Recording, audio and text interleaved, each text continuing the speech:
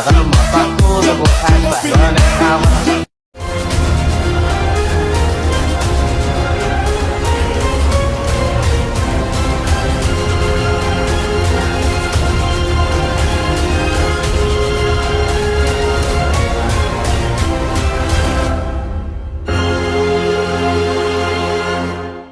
few moments later.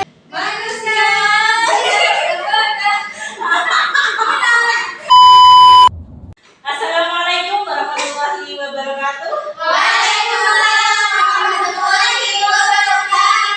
Selamat pagi teman-teman.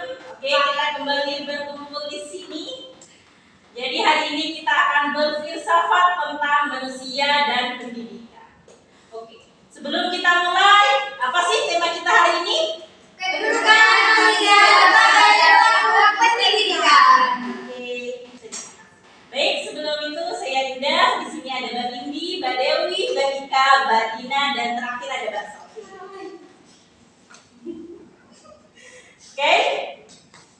Sebelum itu kita akan membahas tentang manusia dan pendidikan. Apa sih yang kalian ketahui tentang manusia? Menurut saya, Mbak, ya kalau manusia itu mempunyai akal. Kan kalau hewan itu tidak mempunyai ya. Kayak manusia bisa mempunyai nafsu juga, kayak emosi yang apa seperti emosi untuk mencintai, gitu lah, Mbak. Jadi cinta dan perasaan itu penting ya bagi manusia. Penting banget, kita harus saling mencintai. Ada yang lagi? Gimana sih menurut kalian? Sama Mbak. Akan gitu kayak kita dalam bercanda malam, antara cinta. Baik, saya akan mencoba menjelaskan secara teori apa sih manusia itu. Manusia adalah makhluk ciptaan Tuhan yang dibekali dengan akal dan pikiran. Manusia merupakan ciptaan Tuhan yang Maha Esa yang paling tinggi derajatnya di antara ciptaan yang lain. Yang membedakan antara manusia dan makhluk yang lain yaitu manusia memiliki akal, pikiran, perasaan, dan keyakinan. Manusia disebut Homo sapiens, artinya makhluk yang mempunyai kemampuan untuk berilmu pengetahuan. Salah satunya insting manusia adalah cenderung ingin mengetahui segala sesuatu sekelilingnya dengan yang belum diketahuinya. Berawal dari rasa ingin tahu itulah maka timbullah sebuah pengetahuan. Sekarang pada pendidikan. Menurut kalian apa sih pendidikan itu? Menurut saya sih kayak pengetahuan gitu, dan ada objeknya itu pendidik dan juga yang mendidik. Menurut saya ya. Terima kasih banyak. Oke, secara teori pendidikan adalah proses mengubah sikap dan perilaku seseorang atau kelompok orang dalam usaha mendewasakan manusia melalui pengajaran dan pelatihan. Jadi dalam hal ini pendidikan adalah proses pembuatan pendidik. Pendapat lain mengatakan bahwa pendidikan adalah bimbingan atau pertolongan yang diberikan oleh orang dewasa kepada perkembangan anak untuk mencapai kedewasaannya dengan tujuan agar anak cukup cepat dalam melaksanakan tugas hidupnya sendiri, tidak dengan bantuan orang lain. Jadi karena manusia diciptakan oleh Tuhan dengan berbekal akal dan pikiran, maka manusia membutuhkan pendidikan untuk mengembangkan kehidupan mereka. Berbicara tentang manusia dan pendidikan, dalam pendidikan terdapat subjek dan objek pendidikan. Apa sih yang kalian ketahui tentang objek dan subjek dalam sebuah pendidikan?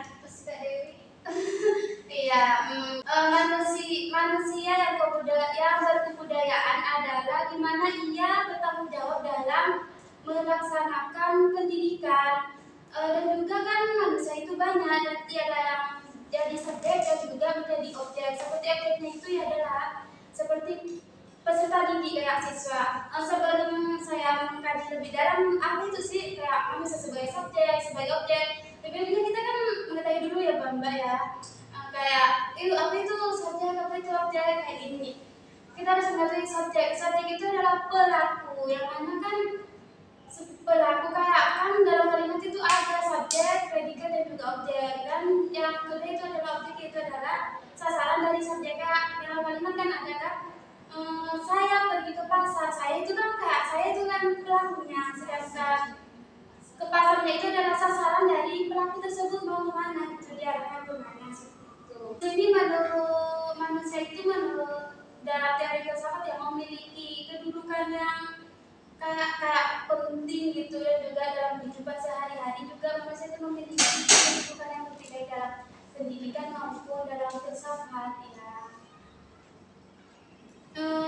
Manusia sebagai pelaku pendidikan di sini kan tentunya sudah manusia itu memiliki pengetahuan, sudah ada pengetahuan sehingga pengetahuan itu dapat dikembangkan untuk menjadi objek-objek untuk disalurkan gitu, kayak saya ingin mengembangkan pengetahuan saya kepada Mbak Indi. Nah, saya bisa menjalurkan pengetahuan saya terhadap Mbak Indi. Mbak Indi itu sebagai objek saya, di mana saya akan menjalurkan pengetahuan saya terhadap Mbak Indi. Yang mana sebelumnya itu kan Mbak Indi nggak tahu sama orang ini. Mbak Indi nggak tahu, oh ini ilmu fisika itu kayak gimana sih, kan saya itu sebagai berlaku sebagai subjek ya, saya sebagai subjek dulu dan Mbak Indi sebagai objek. Jadi saya menyalurkan, dari sebelumnya Mbak Indi kan tidak tahu, karena saya sudah menyalurkan ilmu saya, pengetahuan saya, pendidikan saya kepada Mbak Indi, maka Mbak Indi akan mengetahuinya ya, seperti itu. Ya mungkin ya seperti itu.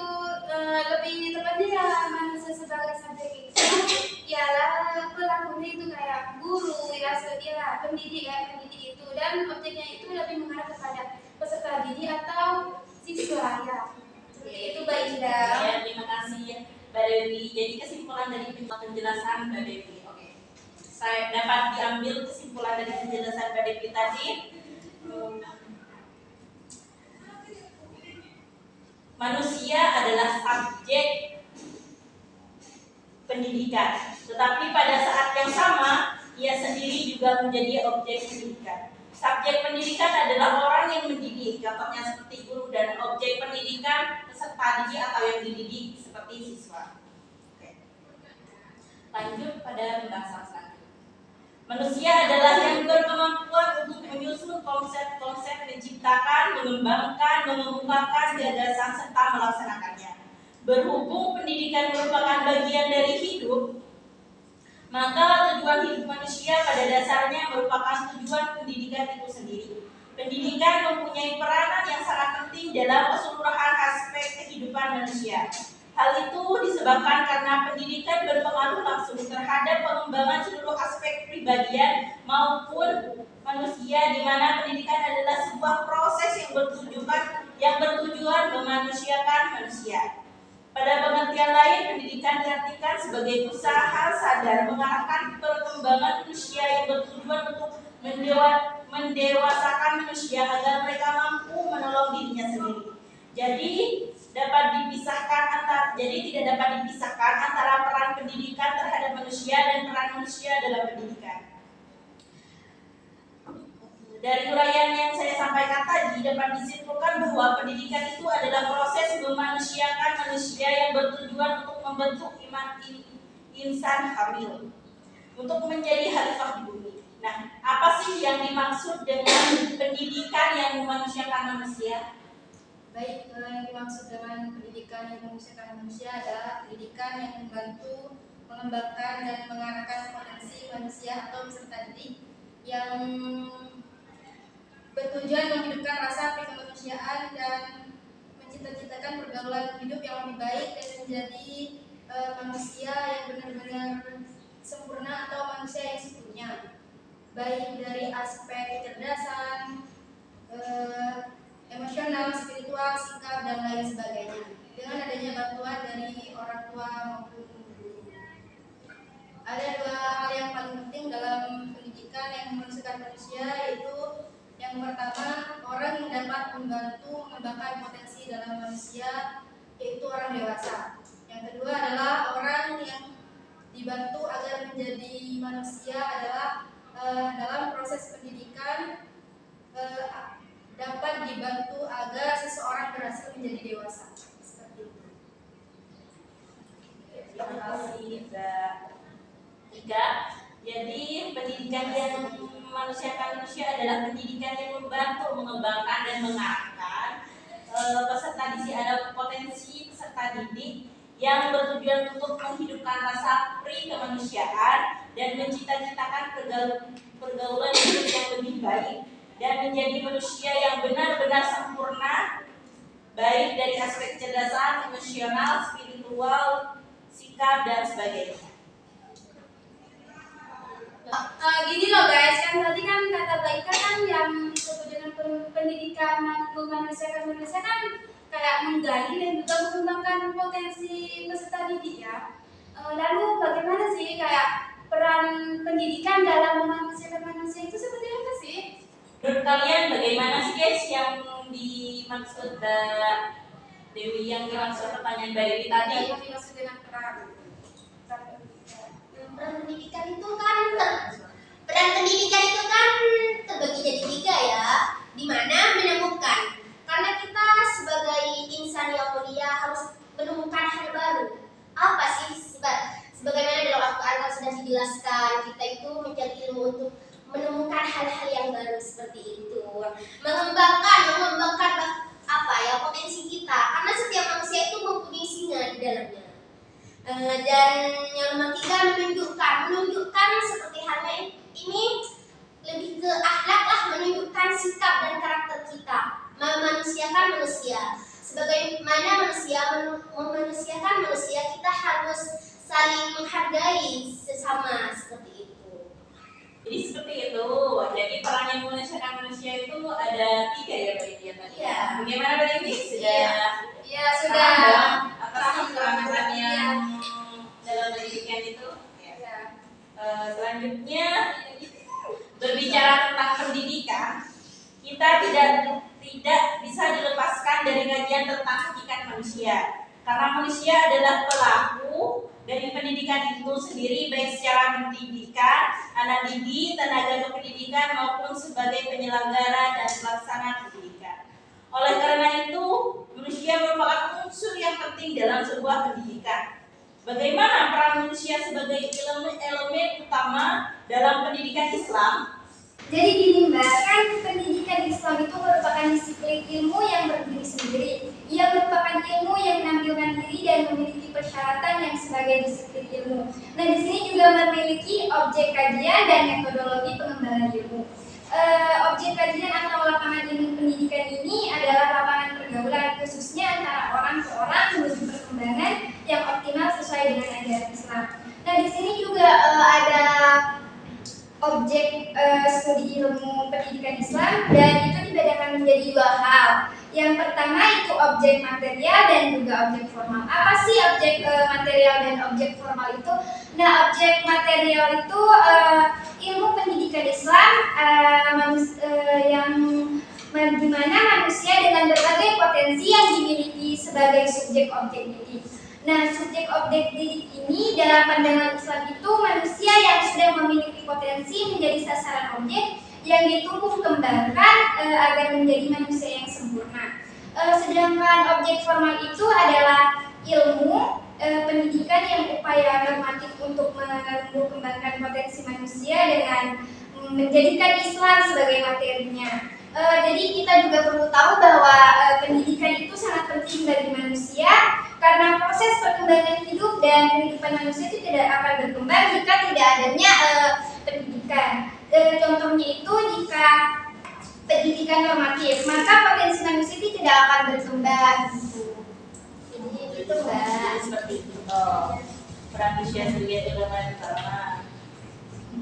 Si pendidikan itu sendiri adalah berusaha untuk meningkatkan potensi dasar pada manusia untuk melestarikan, mengembangkan, dan meningkatkan budaya lingkungan serta membantu individu memaksimalkan hasil interaksi potensial mereka dengan budaya dan perkembangan untuk menciptakan kepribadian dasar. Bagaimana pengembangan manusia dalam pendidikan tersebut? Sifat hakikat manusia di sini kan terbagi menjadi 5 ya kalau berpatokan pada teks. Tapi lebih mengulas lagi di sini hakikat manusia yang akan saya lebih jelaskan adalah kemampuan mengendalikan diri. Ada perihal kata, jangan pernah kamu bercita-cita menjadi guru jika kamu tidak bisa mengendalikan dirimu sendiri. Seperti itu. Di mana seorang seorang guru itu adalah cerminan bagi muridnya. Semestinya cerminan kita harus memberikan hal yang baik atau cerminan yang baik kepada murid kita. Bagaimana kita bisa menjadikan murid kita penerus bangsa jika kita sendiri tidak bisa mengendalikan diri kita sendiri seperti itu. Dan ada lagi faktor lingkungan, faktor alat pendidikan, seperti misalnya dalam zona sekarang, yaitu zona alat elektronik yang sangat mendunia dan sangat mengkikis pikiran-pikiran para penerus bangsa, sehingga alat yang asalnya alat pendidikan atau alat elektronik tersebut digunakan untuk mencari hal-hal baru. Di sini oleh penerus bangsa malah dijadikan sebagai sebagai minimnya ilmu seperti itu, sehingga rasa ingin tahunya itu semakin kurang seperti itu.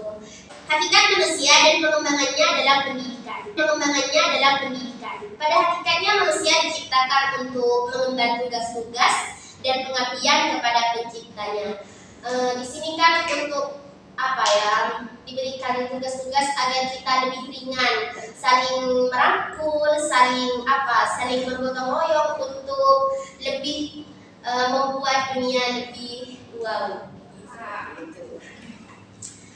Jadi dalam pendidikan itu pendidik dan peserta didik itu sama-sama penting ya. Iya, lebih ke mengutamakan pendidik sih. Karena peserta didik itu pasti bercermin pada pendidik. Lalu selanjutnya, bagaimana implikasi pandangan filsafat tentang hakikat manusia dalam ilmu pendidikan? Jadi pandangan ilmu pendidikan terhadap manusia, khususnya terhadap guru, itu kita sebagai pendidik harus menjadi contoh yang baik terhadap muridnya. Di sini proses pendidikan yang berlangsung di dalam interaksi amat ditentukan oleh aspek kemanusiaannya sendiri. Sebab murid di sini adalah objek terpenting yang membawa konsekuensi yang besar bagi dirinya sendiri dan gurunya. Di sini asas dinamis merupakan esensi watak manusia yang terus berkembang dan bertumbuh dan menuju integritas kepribadiannya. Demikian pula pengertian manusia tentang seseorang, tentang kepribadiannya yang selalu berkembang. Bahkan ada yang istilah tak kenal maka tak sayang. Gini loh Pak, bagaimana kalau mengenasih saya udah